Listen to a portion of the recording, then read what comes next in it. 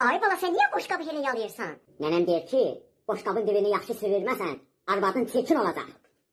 Boyumu yerə soxum. Uşaqlar, kənddən gələn qohumumuz gedir.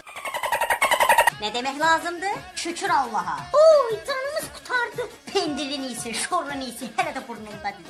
Sən hələ onun xoruldamasını demirsən. Yatanmırdı mı? Run. Ay Allah, sən öləsən.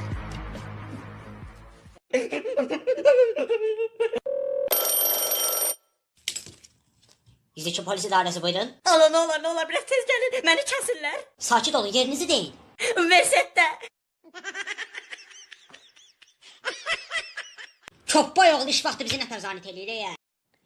Azərbaycana yağış yağarkən. Ay mama yağış yağdı. Oy sən yekən o paltarlar standart paltarları yığ. Yaxşı.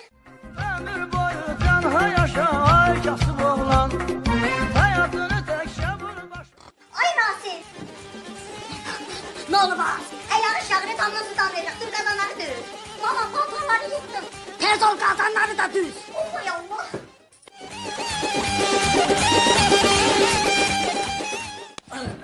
Qazanları əl vurma, paltaları həl asma. Yağış birdən yenə hücum edir. Mama, o oğlan o kadar çok sevir ha. Ona başkası baksa hemen adamı yolarım. Yaxşı görüm ha. Buradan bura tüyük yola bilmiş, gidip halkın kızını yolacak.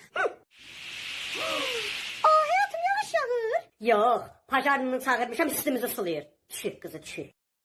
Ada Kamil! Gəlirəm ata gəlirəm. Görəsən məni niyə belə əsəblə çağırır? Mən nə qarışmışam axı? Kamil! Yana, gəlirəm ata gəlirəm. 100% mənim siqaret sevməyim tutub qaldım. Sən gördün elə.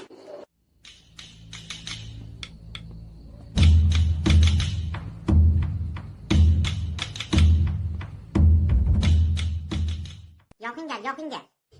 Ata, mani bağışları olar, bir de sigaret çəkməyəcəm. Sən sigaret çəkirsən? Vay nana, onu demirdim bəs. Bir de kızlara söz açmayacağım. Sen kızlara da söz atırsan. Ay dede onu da demirdin. Bir de oğulluk eləməyəcəm. Ada sen oğulluk da eləmişsən. Vay nana, bəs nə deyirsən? Adama deyəcəydim ki, zibilləri at. Sən də öz zibillərin üstünü açdın. Bura gələ.